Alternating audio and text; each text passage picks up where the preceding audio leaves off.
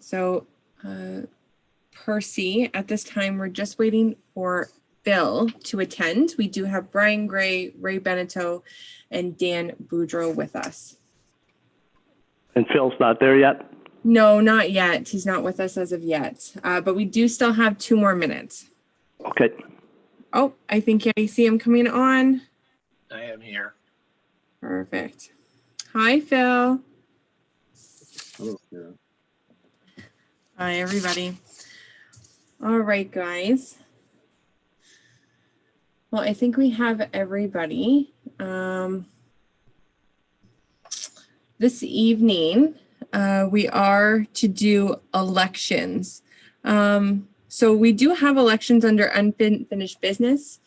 So as of right now, for 2020, we do have Percy Dufour with us. He is on the call and he is the chair for 2020 season. As it is required per our procedural bylaw, we are requesting calls for chair and vice chair for our 2021 season. I am going to pass it over to the chair, Percy Dufour, to kind of go through the published agenda and the minutes, and then do the election for the chair and vice chair for item number 5. Does that work, Chair? Yes, that'll be fine. Okay. Okay, so I'll call the meeting to order. Is there any declarations of conflict of interest? Seeing none? Is there any, Sarah? No, there's none. There's none, Percy. Seeing none? So noted. Yep. Adoption of the public agenda for Tuesday, January the 19th. Looking for a motion? Moved by? We have Ray and Brian Gray. Moved by Mr. Beneteau, seconded by Mr. Gray. Any questions? All in favor? Carried. That's carried. Thank you. I need an adoption of the minutes of the January 19th Committee of Adjustment regular meeting. Dan Boudreau has moved. Phil Pocock has second. Oh, sorry. That was the public agenda. I wanted adoption for December 15th Committee of Adjustment meeting. I'm looking for a motion for that. Dan Boudreau and Phil Pocock. Moved by Mr. Boudreau and seconded by Mr. Pocock. Yep. All in favor? Any errors or omissions? All in favor? Was there any questions? Nope, carried. Okay. Okay, before we move to the election of chair, I just want to say thanks to Corrine for dropping everything off last night. She did a super job with that. And I want to thank you for putting everything together for this evening. And I hope that the landfill's bangers, they don't get too loud that we can't hear ourselves at the meeting. Okay, I'll turn that over to you, Sarah. Okay, thank you so much, Chair. All right, guys, again for unfinished business, 5.1, election of chair and vice chair for the committee season of 2021. So at this time, I would like to ask if anyone has a nomination for the chair of the Committee of Adjustment.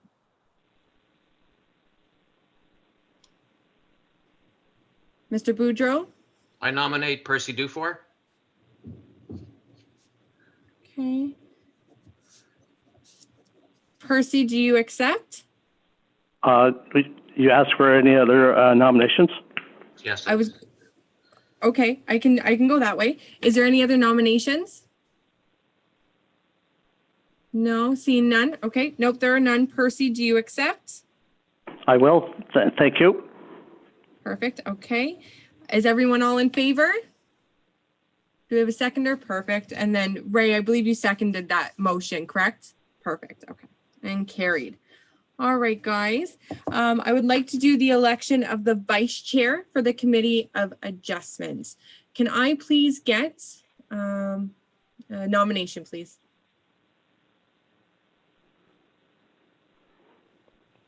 Well, I'll nominate Ray Beneteau.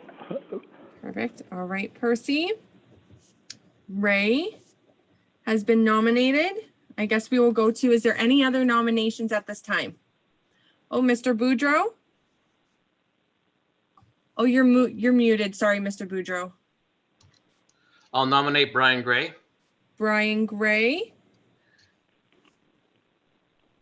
Okay, is there anyone else that would like to do a nomination at this time? No? Okay. Ray Beneteau, do you accept the nomination from Percy? No, you do not?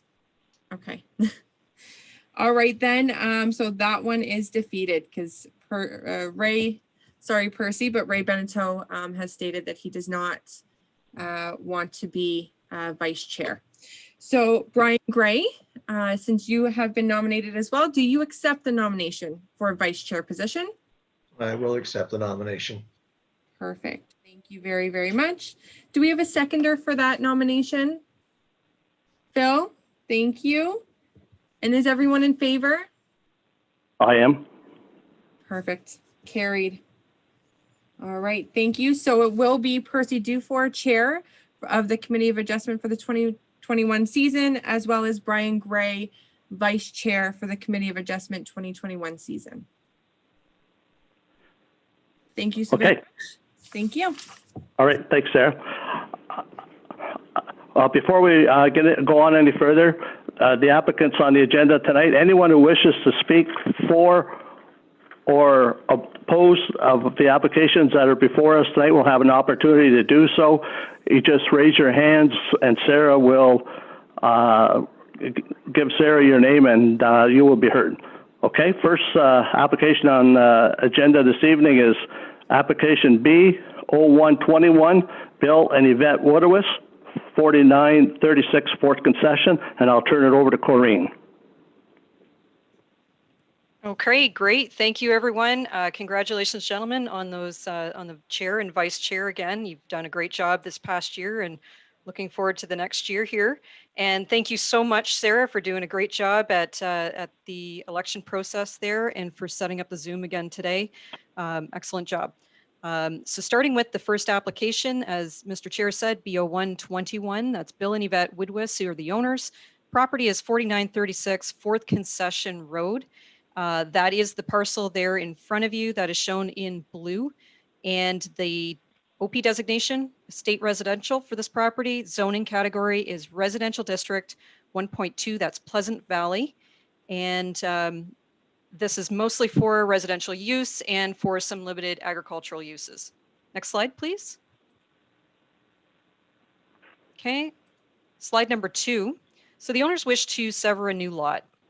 Shown in purple on the left-hand side, the proposed severed lot would be 10 acres in size, which would leave a balance of 16.6 acres for the retained lot in green. As you can see, the owners would retain their existing access to the front of the 4th concession. Their existing municipal services are also located within that driveway access corridor.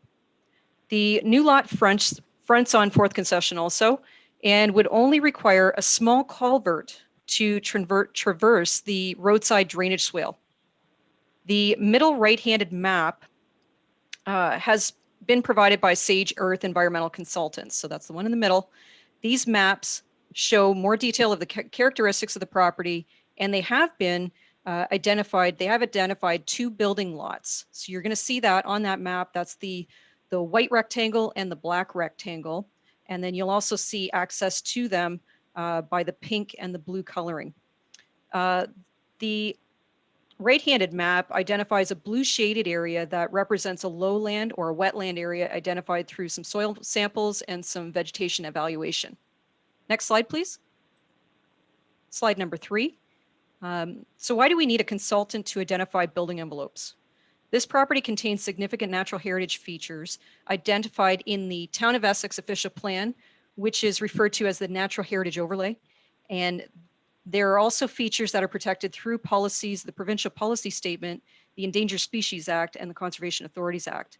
Prior to considering any Planning Act application within or adjacent to a significant natural heritage feature in Southern Ontario, An application or development must demonstrate that there will be no negative impact to the significant feature.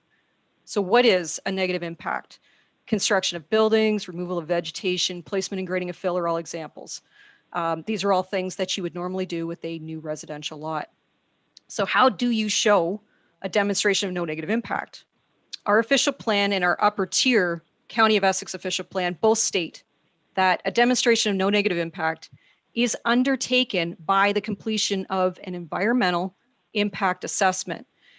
And if you look in the middle of the screen, you'll see the cover page of the environmental impact assessment that was submitted as a component of this consent application. So in an EIA, I'm going to keep referring to this as an EIA, environmental impact assessment. An EIA is basically a sweep of the property by a consulting ecologist that inventories natural features. So flora, fauna, plants, and animals found on the site. It reflects their active seasons, and they compile all of this evidence and data into a report that accompanies the Planning Act application. So here you can see the consultant's work.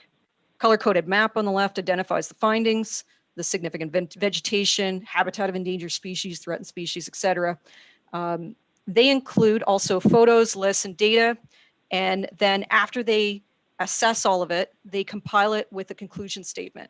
I've copied and pasted it here at the top corner of the screen, and it's highlighted in yellow, and it states, property contains PSW, so provincially significant valley land, woodland, et cetera, endangered and threatened species that all fall under the protection through the policies of the PPS.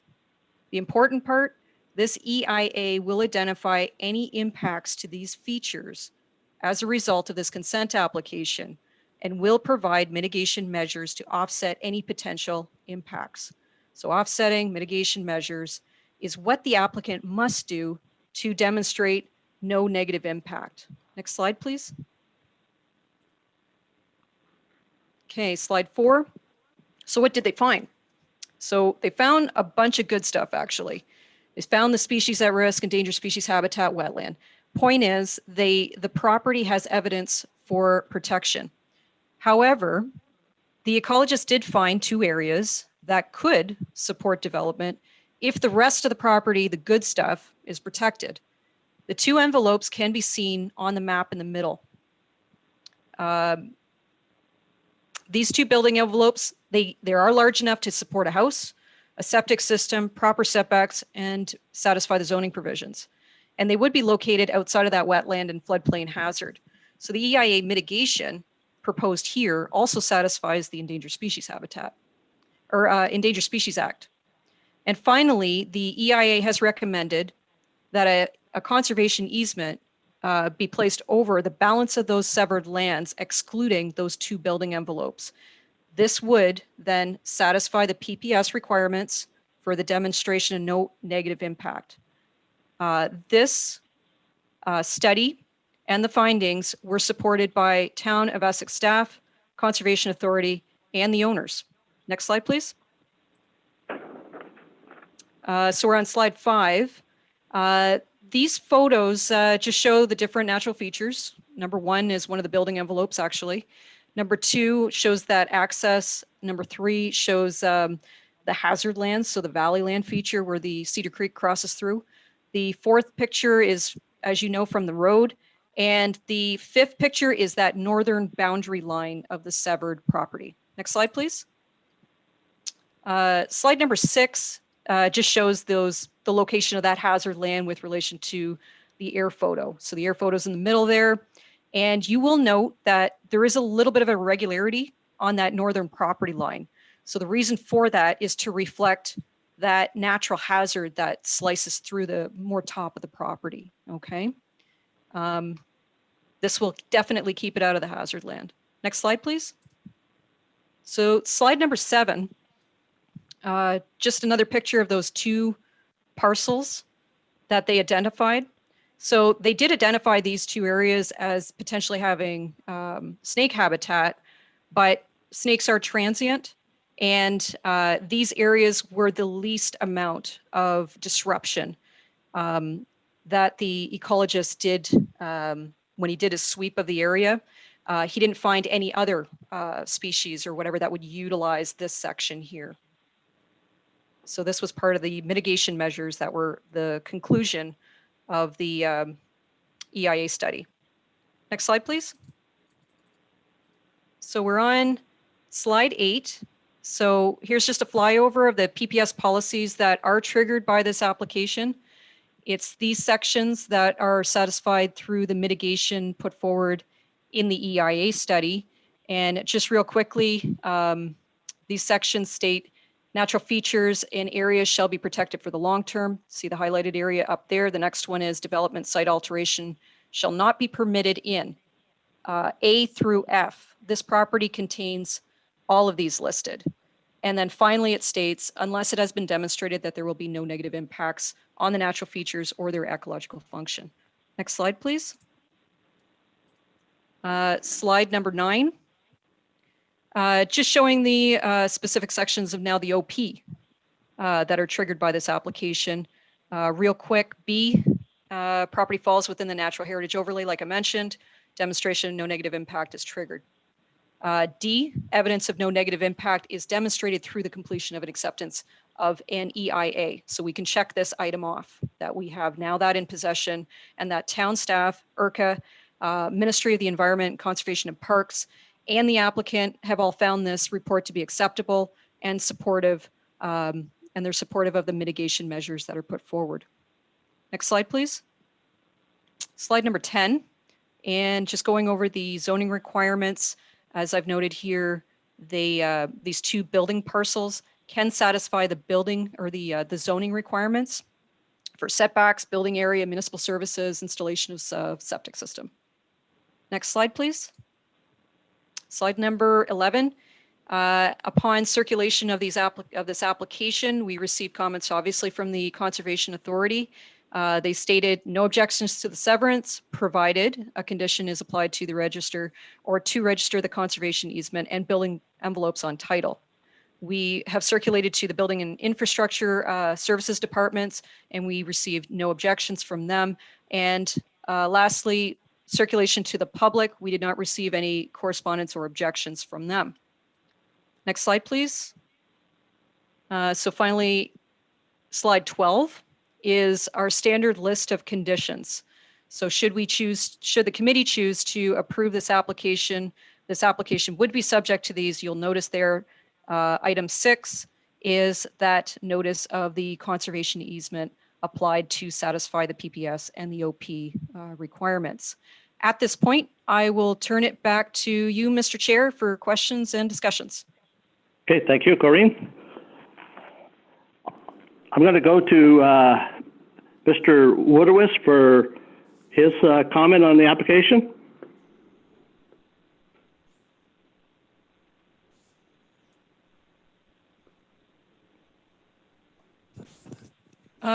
Bill, Mr. Woodward, are you there? Oh, we can see you.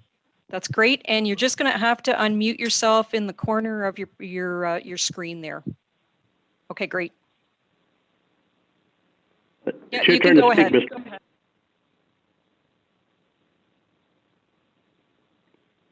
Go ahead, Bill.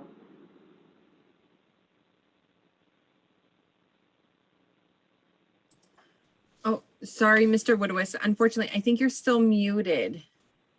Or it doesn't say that you're muted. However, your headphones they don't seem to be working.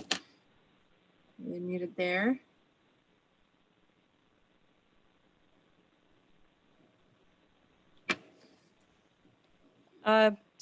Sarah, sometimes you have to tell your computer that you're using headphones as a jack. So if maybe he could use his regular speakers on his laptop. If he unplugs his headphones, he can try that.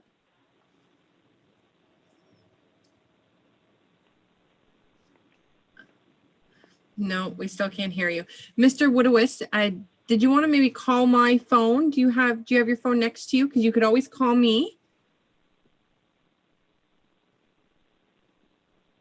519. Sorry to all the members and to the chair. Well, it's difficult for anyone to move forward until we hear Mr. Woodward because he'd want to hear the questions that would be coming from the committee anyways. Absolutely. Absolutely. Mr. Dufour, Yes. Mr. Chair, Yes. I do have Mr. Woodward on my cell phone, and we are going to put him next to my mic and see if it works, okay? Okay. Bill, are you ready? Okay, let's see if this works. Go ahead. Go ahead, Mr. Woodward. We've got a unique piece of property here, and we've gone to great extents to try to preserve all the natural heritage that we've got. So sorry, Corrine, is there any way that you could put him on speakerphone? Yep, I just made that change. Let's try it one more time, Bill. Okay, everybody with me? Yeah, that sounds better. Okay. We looking at keeping the longevity, so to speak, of it and preserving the natural heritage. I'm going to turn my speaker off on the thing so it's not. Okay. How's that? It's good. Can the rest of the committee hear him? Yep, everyone, except for Ray. Everybody can hear me now? Okay, yep, everyone can hear you now. Sorry about this. It seems to work every time that you need it to. We've gone to a great deal of expense with parties involved in this to try to make sure that this severance is being done right and to preserve what we've done over the years to try to protect. We've got a very small footprint of opportunity that we can have potential clients to be able to build a house or an outbuilding in the two different locations, and it makes very limited access to anyone else somebody that enjoys the heritage of what we have on the site. The property has done a very good job reforesting itself and going with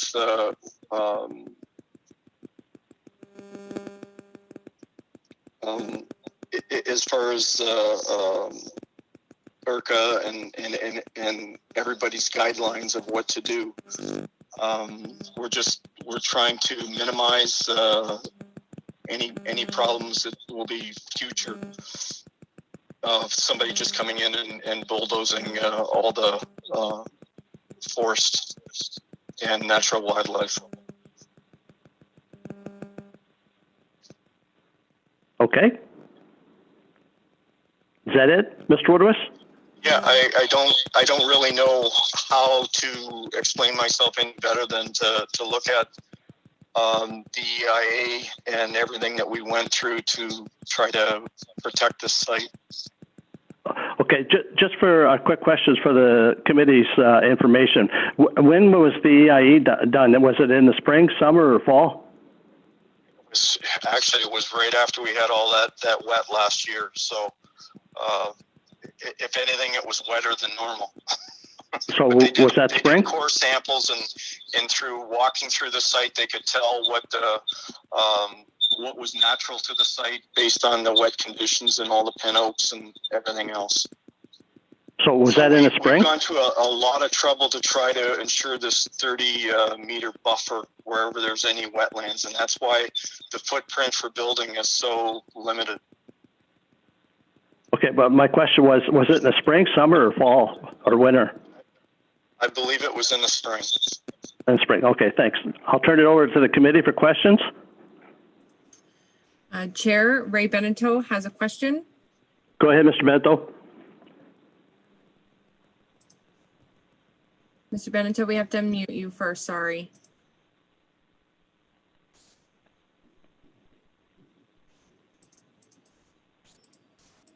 Are you able to unmute yourself?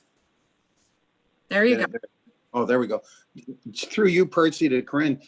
Does the lot behind, the 16 acres behind, not have to have any frontage on the fourth?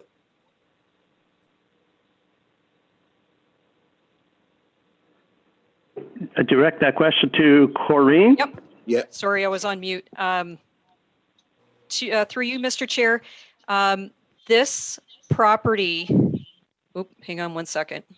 Sorry, Bill, I'm going to kind of lower you down here for a minute. Okay. This property only has a minimum width, not an actual frontage. So there is a difference in this zoning category. The zone specifically states property width. The width at the back of the property does suffice for the minimum width requirement. There is not a specified frontage requirement. So you don't have to have any frontage on the road then, is what you're telling me? He has frontage on the road so that he has his access and his services, but there is No, not do you a not have to have specified. a special, do you not have to have a special amount? Yeah, it's not You know what I'm saying? it's not specified in the zoning. Okay. That you have to have like a minimum of So if you had a 50 10, feet. if you had a 10-foot driveway, that would be his frontage. Correct. And then that's good everywhere like that, or what? No. Their agricultural has a specified minimum 200 acres. I believe there are other residential, like urban residential, that have minimums. So they have minimum 50 feet, for instance. But this one This- doesn't have that because it's residential, It's a state residential. state residential. Okay, all Yeah. right. Through the chair, if I may, just a point of clarification on that. Is this Rita? Yes, it's Rita. I just want to go clarify ahead. that. Okay, so in answering Mr. Beneto's question, all lots have frontage on a public or private road. This property that they're going to retain, the 16 acres, it'll have frontage on the fourth concession. But I think the question is, is there a minimum amount of frontage that they need? No. So frontage and lot width are different. So when Corinne was referring to different lot widths in residential districts and agricultural districts, she wasn't referring to frontage. She was referring to lot width, which is defined completely differently. But Okay, so, access ahead. to a public road. okay, all righty. Okay, thanks for clarifying that. Any other questions? Seeing none, Chair. Seeing none? Is there anyone from the public who wishes to speak on that application? Seeing none. Seeing none? Okay, I'll call for a motion on the application. Brian Gray, Moved by Mr. Gray, seconded by Ray Beneteau, Mr. Beneteau. Any questions? Dan Boudreau. Mr. Boudreau, go ahead. I've got the same concerns that Mr. Beneteau had. Sorry, through you, Mr. Chair, I have the same concerns that Mr. Beneteau had in the minimum amount of frontage. I thought it was supposed to be greater than that in a state residential zone. Is this supposed to be around 200 feet? Rita, can you handle that? Absolutely. Through the chair. So like I stated earlier, lot width and lot frontage are two different types of measurements. So every lot has to have access to either a public or private road. We can't landlock properties. However, lot width is distinctly different than lot frontage. And when you look at that zoning district, the regulation refers to lot width, which is defined differently than lot frontage. So the lot width in Pleasant Valley is a minimum of 200 feet. But when you're looking at its frontage on a road, that's not necessarily its lot width. So it does meet that regulation as defined. Does that answer your question, Mr. Boudreau? Yes, it does. Thank you, Rita. Thank you. Any other questions? Seeing none. On the motion, I believe there's also a condition that has to be added into it. A conservation, I don't have it right in front of me right now, but Through you, Mr. can you help me Chair. out with that, Corinne? Yep, through you, Mr. Chair. So the addition or the condition is for the addition of a conservation easement to be registered on title, excluding, so it's over the entire severed lot, excluding the two parcels that are described in the EIA. Okay, thank you. Is that okay, Mr. Gray, to have that added into your motion? He's nodding yes. Okay. Same with the seconder, Mr. Beneteau? Yep, he's Okay. nodding yes as well. So I'll call for a motion. All in favor? Everyone has their hands up, so carried. No opposed? Nope. It's carried. Thank you, Mr. Woodward. Perfect. Okay, moving on to application B0221. 1352 198 Ontario Inc. Mr. Mills will be speaking on it. I'll turn it over to Corrine. Okay, great. I just let Mr. Woodward go there. Sorry about that. And I will start with slide 13. Great. Okay. So next one, B0221, the numbered company.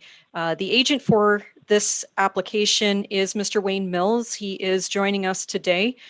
So he will be able to speak further and answer any questions after I quickly run through the next set of slides. So the property is 347 Maidstone Avenue. That's the one that is highlighted in blue on the screen there. This numbered company also owns two other properties on the air photo here. They own 337, which is just north of the blue outlined property. And then they also own that eastern property, which is I labeled 2073 Naylor Side Road. So the one with all the school buses parked on it. The blue outlined property is 1.3 acres in size. The north property, 337 Maidstone, is technically landlocked due to the extent of the town of Essex jurisdiction boundary with the town of Lakeshore. So if Sarah can just kind of outline along the old abandoned railway line, it cuts down the east side of 337 and then comes down and then ends up out by the roundabout. So that is Lakeshore on that side, and then Essex is on the inside. Okay. This severance will allow a proper access to be installed for 337 Maidstone and add more land in order to install a new stormwater management facility that is required for future development on 337 Maidstone Avenue. Any future development on any of these properties would be subject to the site plan control process. Next slide, please. So slide 14, here's a look at the proposal.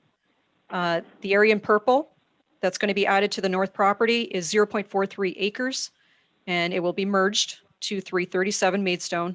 On the right is just a preliminary draft layout for the future bus repair depot. So the future development that's going to be on that northern property, that is the property that is receiving this lot addition.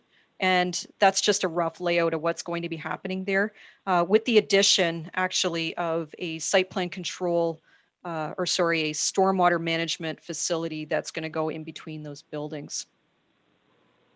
And next slide, please.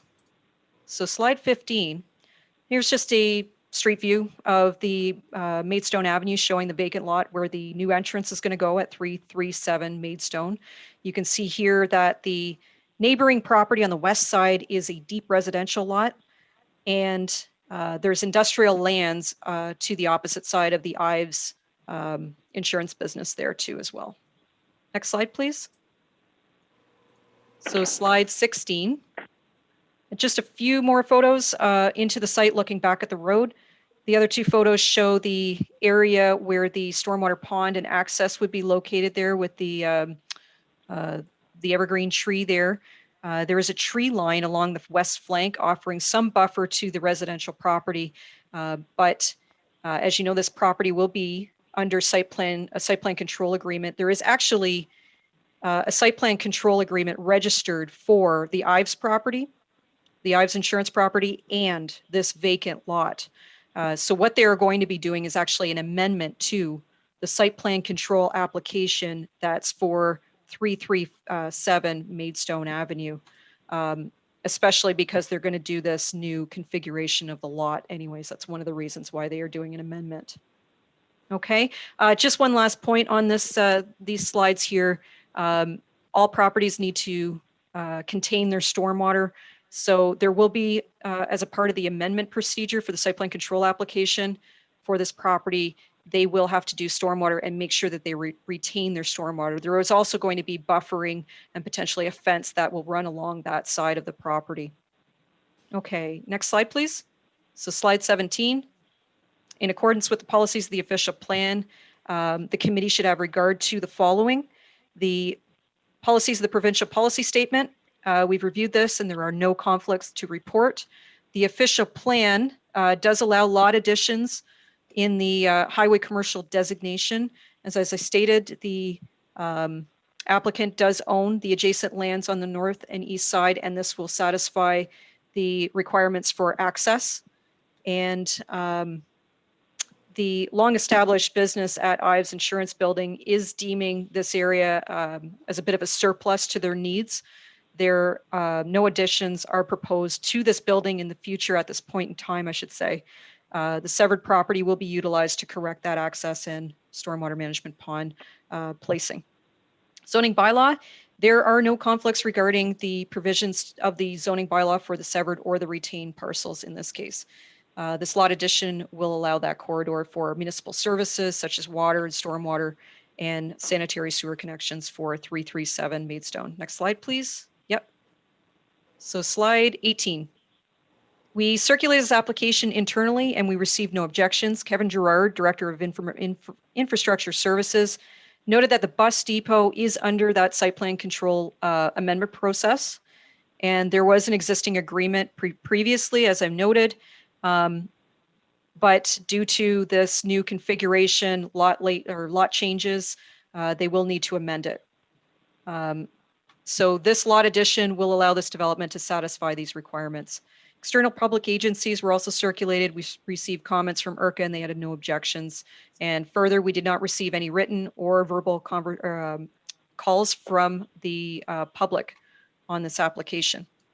And lastly, slide 19. So next slide. Should the committee choose to approve this application, approval should be subject to the noted conditions above. These are typical, except for the 6 there. That number 6 that I added, that I underlined there, because there is existing site plan control agreements in place for these two properties, future developments would require amendments to those agreements. And we do recommend that a condition be applied here to amend the site plan control agreement to recognize this new layout of the property. And at this point, I will turn it back over to you, Mr. Chair, for discussion and comments. Okay, thank you. Excuse me. Mr. Mills, your turn to speak. Thank you, Mr. Chair. I think Corinne has described the application quite adequately. I really don't have too much to add to it. So certainly I'm available for questions for any of the committee members. Okay, thank you. We'll move to the committee. Oh, Mr. Boudreau has a question. Go ahead, Dan. Similar to the last application, does this comply with the frontage for the lot? Like a lot on fronting on the recognized town road? Mr. Chair, I'll turn that one over to Rita. Thank you. Yeah, through the chair to Mr. Boudreau. So this application actually fixes the fact that this property somehow was created without access to a public road.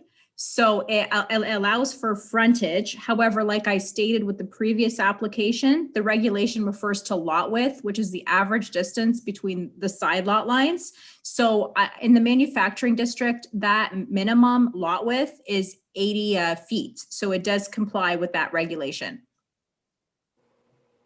Thank you. Anyone else? Brian Gray. Yeah, Mr. Chair, I don't know where you want to put this one. I'm a little bit confused. If they're going to put the bus repair depot on here, would it not have been much simpler just to have this lot attached to the bus depot lot that exists there now? And then their access to the lot would have been through the bus depot property itself. So I'm a little bit confused on why we're creating a new access road to begin with, when just from, and if you can help me on this at all, it simply looks to me that if we put 337 onto the bus depot property, it would make things much simpler all around. So, Mr. Chair, Mr. Gray, do you want that question directed to Mr. Mills? Sure, or Corinne, whoever chooses to answer it here, I guess. If Wayne has a comment, that would be fine. And Corinne obviously probably wants to comment too. Thank you. Mr. Mills, you want to go first? Sure. So there's a number of anomalies with this property. So there is an existing batter bus lines, I think that Mr. Gray might be referring to. The batter bus line is a separate property that will be used for a different use. At the back of the Ives property is a complete different property where they're going to build the bus depot and repair facility. So it will be on a separate property. The issue the owner has is dealing with Lakeshore. We're right on the boundary of Lakeshore. So the Ives property is the last property in Essex. The batter bus property is in Lakeshore. Anything that happens between the properties, Lakeshore has to have a site plan agreement. Lakeshore has to have their kick at the cat. On the Essex side, Essex has their kick at the cat and their site plan agreement. The owner wants to completely keep this property in Essex and have it separated from the Lakeshore property. So there will be barricades between the two properties where the boundary is from Essex to Lakeshore. And then the address is fitting with, the 337 comes before the 347. The driveway will go back and the property will be completely within the Essex boundary, and the site plan agreement and everything will be completely with Essex. Thanks, I don't know Wayne. if that completely answers your question. Yeah, if I could just comment on that. So is it going to be a batter bus repair depot there, or is it a complete separate, different entity, Wayne? There were, before COVID, it was going to be Batter. Batter was the one that was the tenant for that building. They'd already made all the arrangements in that. Right now, Batter hasn't ran any of their buses for several months. Their company's been shut down. Hopefully, they will still be the tenant in the future. The plan is that Batter would move into that building. With COVID, the owner, everything hit everybody by surprise, obviously. The building hopefully would have been already built by now. Everything's been shut down. So, we're hoping that Batter will still be the tenant in that building. Okay. Thank you, Wayne. Thank you. Are you satisfied with Mr. Gray? Yeah, that's good. Thank you. Great, thanks. And anyone else? So, Rita, is that property legal non-conforming right now? Through the chair, it's a legal lot of record. It can be sold to any party. And like Wayne mentioned, this severance does fix the issue with access because it doesn't have legal access to the property. You have to traverse a totally different property. So although these property owners, the applicants, they own two properties abutting it, and that's how they legally access it. If they were to sell it to somebody in the future, those people would not have legal access to that property. So I guess in answering your question, yes, it's existing. It's an existing lot of record, and this is what we want to try to prevent. Okay, thanks. Anyone else? Is there anyone in the audience that wishes to speak on the application? Seeing none. There's no one? No. Then I'll look for a motion, and in that motion, we would included the note the extension of the site that should be added to as a condition.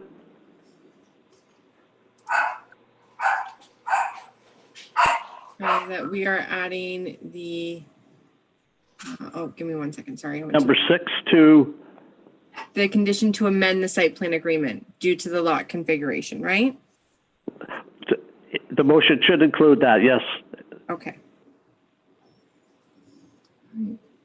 Phil has moved that.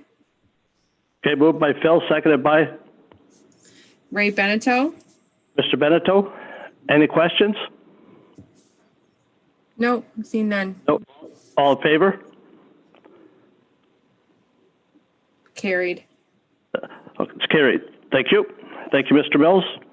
Thank you, committee members and town staff. Okay. All right, we're going to move to correspondence. I don't think there's any this evening. New business. I don't think there's anything there neither. On the announcements, there'll be a notice of motion for the February meeting. Sorry, Go Mr. ahead. Chair, Oh. Mr. Yes. Chair, I just need to jump in. There is an item on the amended The new business, that's right, agenda. Mr. Johnson. Okay. Yeah, we do need to bring that one forward, and I can get right into that right now. Okay, well, I need probably a motion to hear Mr. Johnson.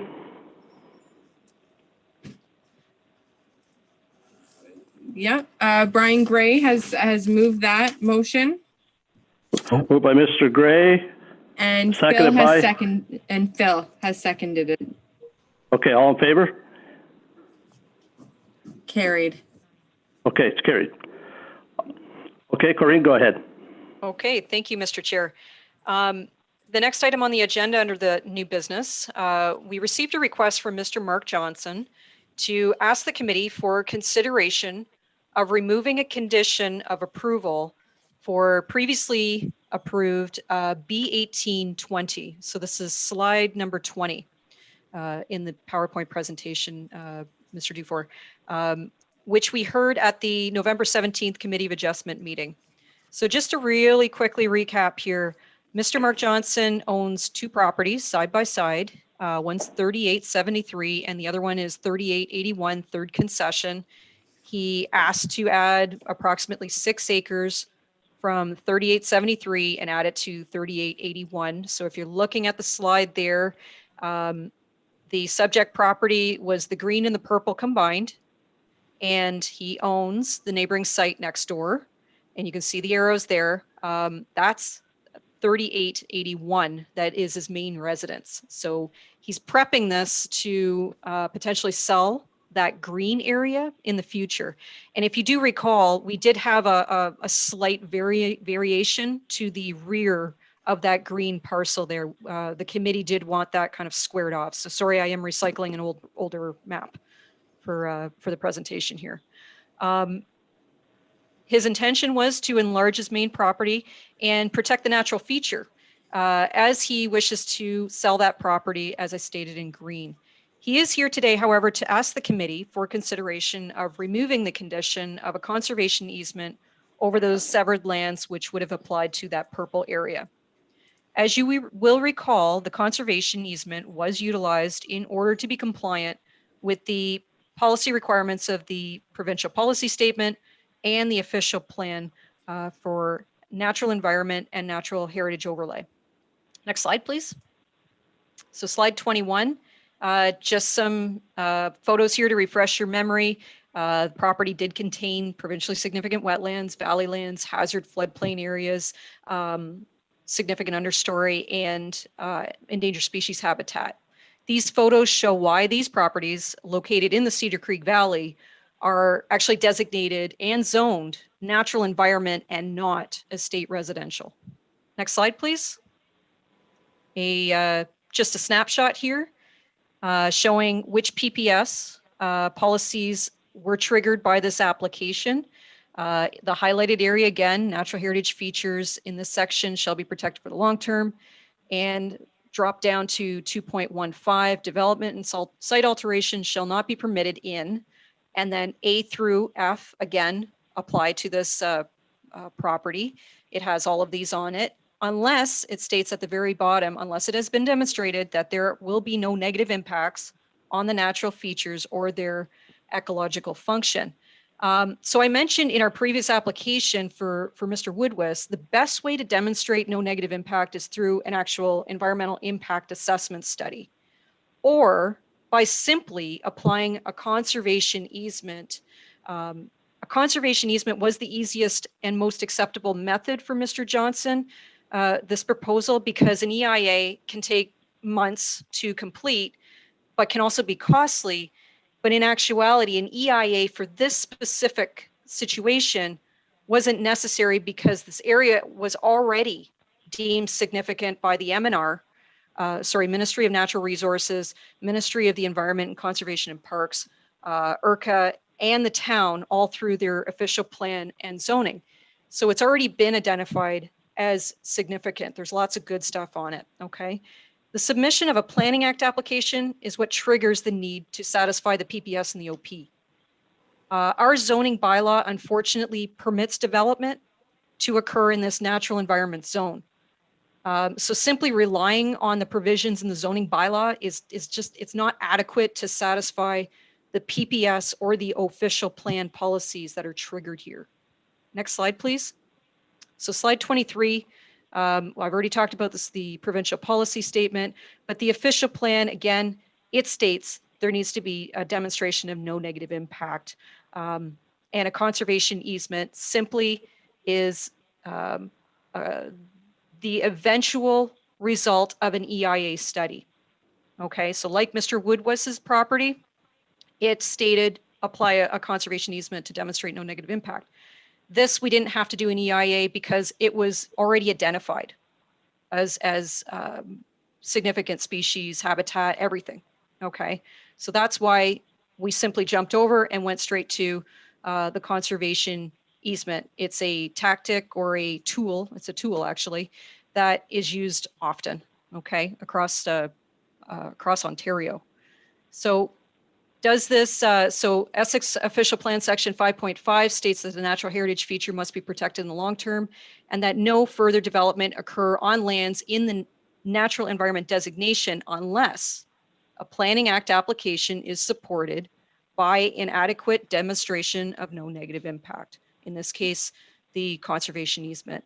As you will remember, they also had a minor variance to this application, and it was simply for recognizing a reduction in the, I shouldn't say frontage there, I should have said width and lot size of the retain. And next slide, please. Slide number 25.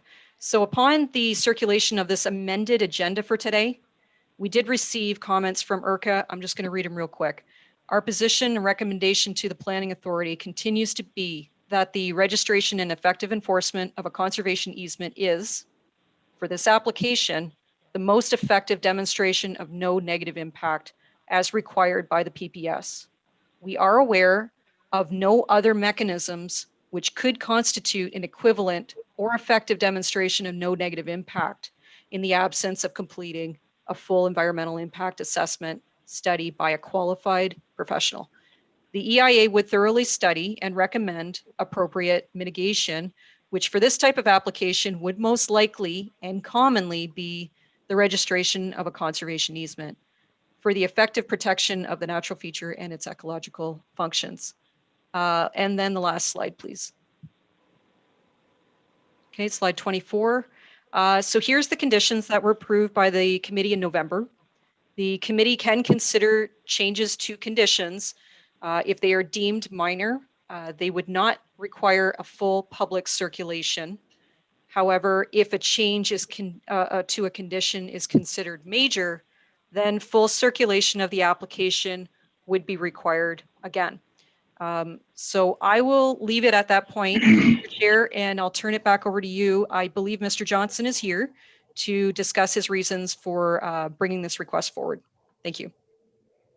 Okay, thank you, Corinne. Mr. Johnson, I'll give you a few minutes to speak on it. Thank you kindly. I would first off thank you, Mr. Chair, for allowing me this opportunity to do this, and I'd like to thank Corinne as well for putting this forward and giving me an opportunity at this. I know it was kind of short notice to get it on the agenda, and I'd like to express my appreciation regarding that. I guess what I'd like to say is simply this property has been in my family for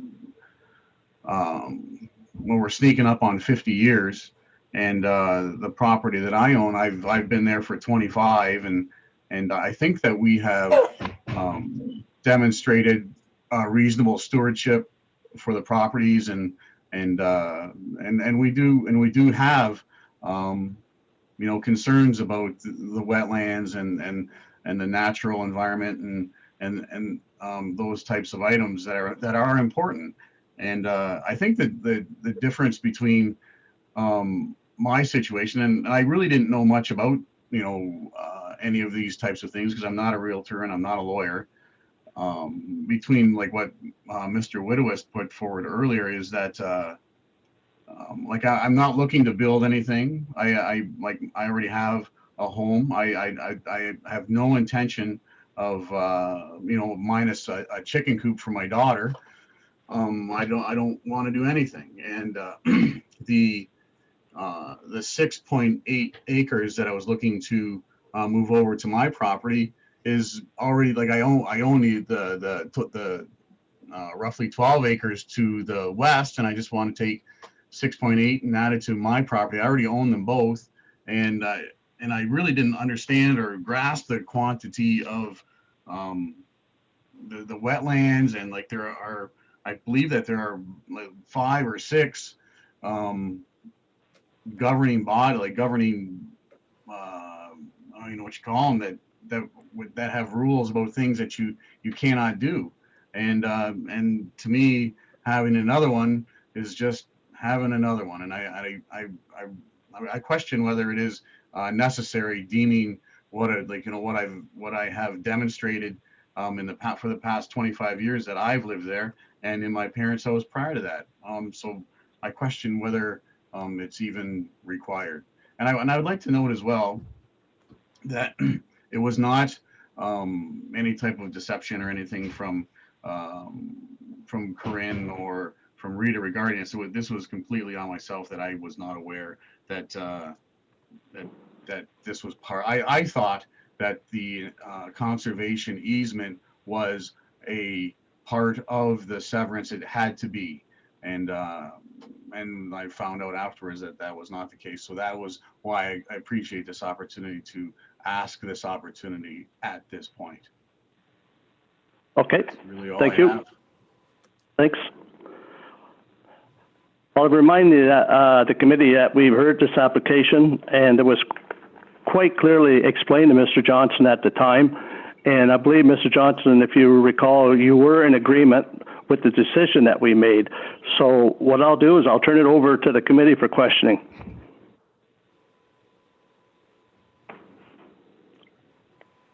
Does anyone have any questions? Mr. Boudreau. Go ahead, Mr. Boudreau.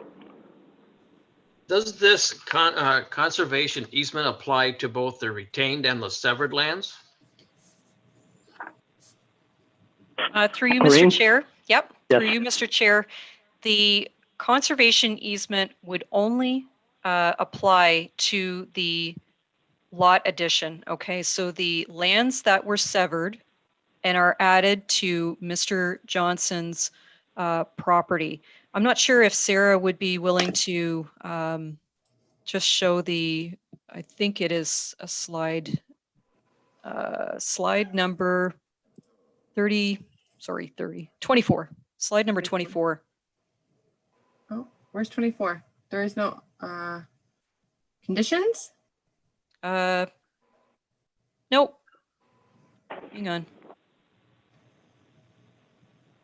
1, 2, 3, 4, 5, 6 from the bottom. Maybe my number is a little messy there. One more. That one. So the conservation easement would only apply to the area that's showing in purple with a straightened rear lot line, the green. Yep, exactly. So we straightened that in the last approval. So it would only be the purple area.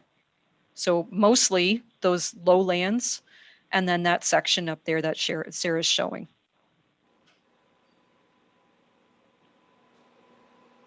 Does that answer your question, Mr. Boudreau? Yes, it does. Thank you. Okay.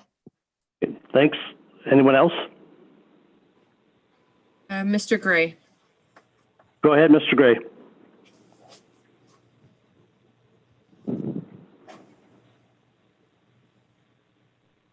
Oh, Brian, sorry, you're muted.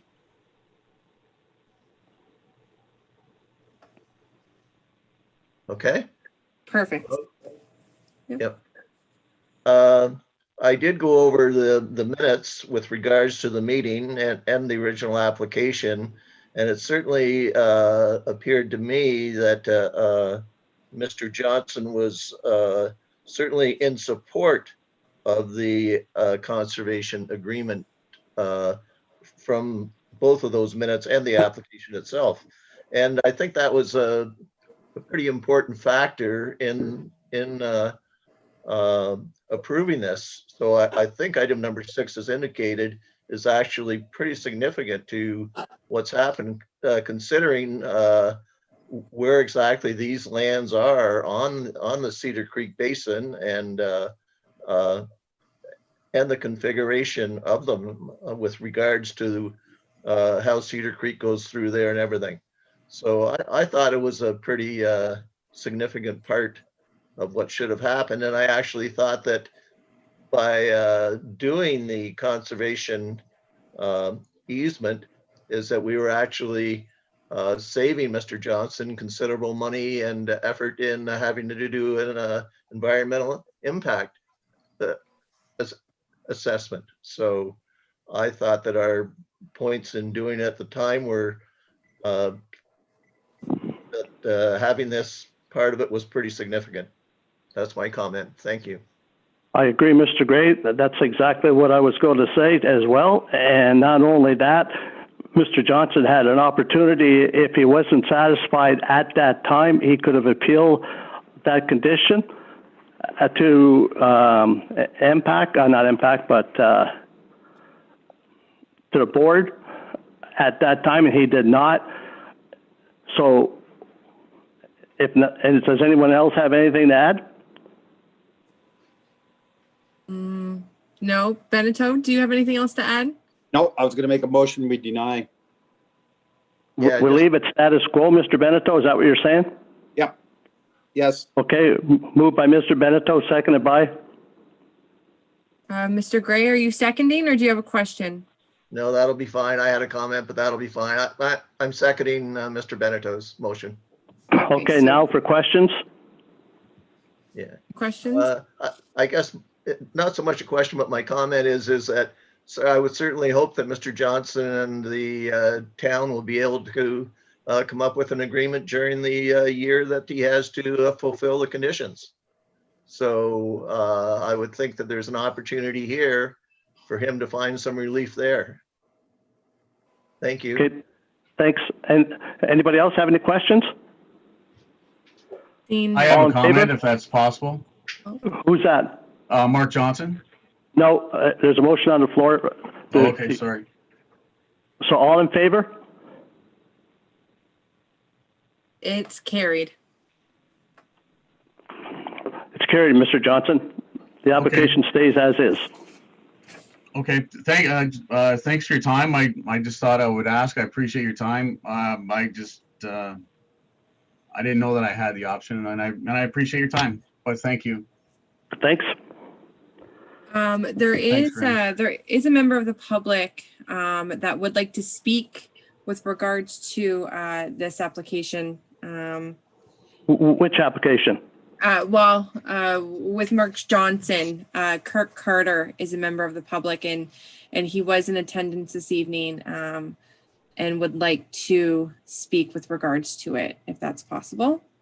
Well, we've already been through the motion, Okay. and I wasn't aware if there was anyone in public there. Okay. Okay. Okay. All right. Thank you, Mr. Chair. Hello? Okay. Hello? Oh, sorry, that's Kirk. Anybody there? Hello? I'll ask the committee if they wish to hear Mr. Carter speak. Is there a motion for him to be able to speak? No, don't worry about it. Don't worry about it, Mr. Chair. It's already run through, so they kept me on mute and kept me off. I don't know why, but forget about it. Okay? I think it's satisfied now. Thank you very much. Okay. All right, thanks. Thanks for not So, listening. We're going to move to 9, announcement of motions, so that I believe that'll be no February meeting. Yep, I can talk to that, Mr. Chair. So at this point, the deadlines for accepting applications for the February meeting has closed and has been gone for a week now. So we do not actually have a scheduled February meeting. So you guys get a little break. However, I do want to talk to this matter, and Rita be my guest to jump in as well. We have been fielding a lot of requests, and I think I've mentioned this to maybe Mr. Chair before and Mr. Gray, but I haven't had a chance to speak to the rest of our members. A lot of applications or inquiries have come in, and I think I am expecting a bit of a rush in the spring. So I will do my best to try and ensure that we attend to the requests, but I am a little bit concerned that we may get quite a few. And if that does come up, I will be looking at options through my director and Rita, my manager, to make sure that what's the best way to accommodate them. So there might be a lot of applications that come through, maybe March, maybe April, but I will do my best to try and limit them to, I think November's meeting was rather long. So hopefully we can see what we can do about that. Yeah, instead of rambling along about this, I just kind of wanted to give you a heads up that we will probably get a bunch of applications coming in, and I'll try and give you guys a heads up beforehand, and we'll try and manage things on our end of things too. Okay? All right. Thanks, Corinne. Motion to adjourn. Moved by, Ray Beneteau, seconded by Phil Pocock. all in favor? It's carried. I want to thank everybody this evening for being patient, and have a good evening. Bye, guys. Thanks so much, Mr. Chair, for doing an excellent job on the phone. Good job. Thanks everybody else for coming in and helping us out today too. Appreciate it. Thank Bye.